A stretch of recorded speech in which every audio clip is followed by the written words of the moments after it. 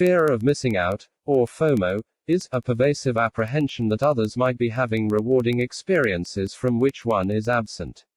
This social anxiety is characterized by a desire to stay continually connected with what others are doing. FOMO is also defined as a fear of regret, which may lead to a compulsive concern that one might miss an opportunity for social interaction, a novel experience, a profitable investment, or other satisfying events.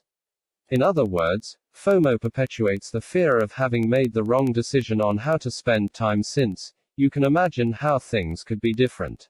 One of the most important elements of online communication is self-presentation. We only want to show our best side. We post photos of perfectly prepared dishes, perfect holidays, perfect parties, perfect scores, perfect or rare or trendy achievement, you name it. And this starts a vicious circle. When we feel bored or alone, we look at our smartphone. But what we are looking for? We basically want to see that others have seen us. A like, a share, a retweet, is proof of that. But when looking at social media, we also see the apparently perfect lives of our friends, which we are not part of, and how those lives are being shared and liked. Scientists call the uneasy and sometimes all-consuming feeling that we are missing out, that our peers are doing or in possession of more or something better than we are, fear of missing out, or FOMO. A team of psychologists at the University of Essex came up with this name. People under the age of 35 suffer more from this, teenagers more than adults, unhappy more than happy people.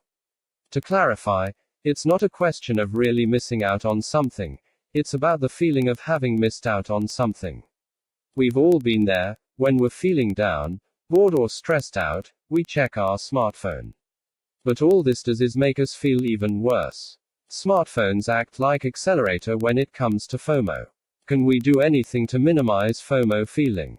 How about JOMO, or joy of missing out?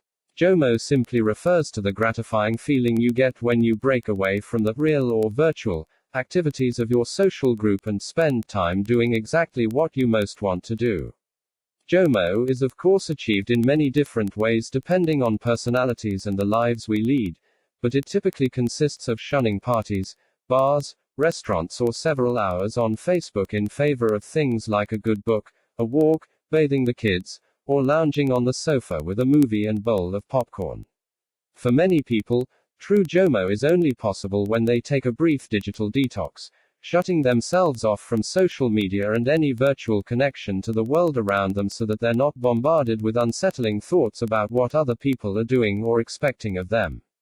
JOMO is often described as a backlash against the hyper-connected society we live in, where technology pushes both social and professional activity constantly in our faces, so that it's virtually impossible to be blissfully unaware of what everyone else is doing. This often forces us into spending time in ways which we wouldn't necessarily have chosen. JOMO, then, is about stepping off the social bandwagon and reconnecting with what really makes us happy. Do you think JOMO can be a sweet play on FOMO?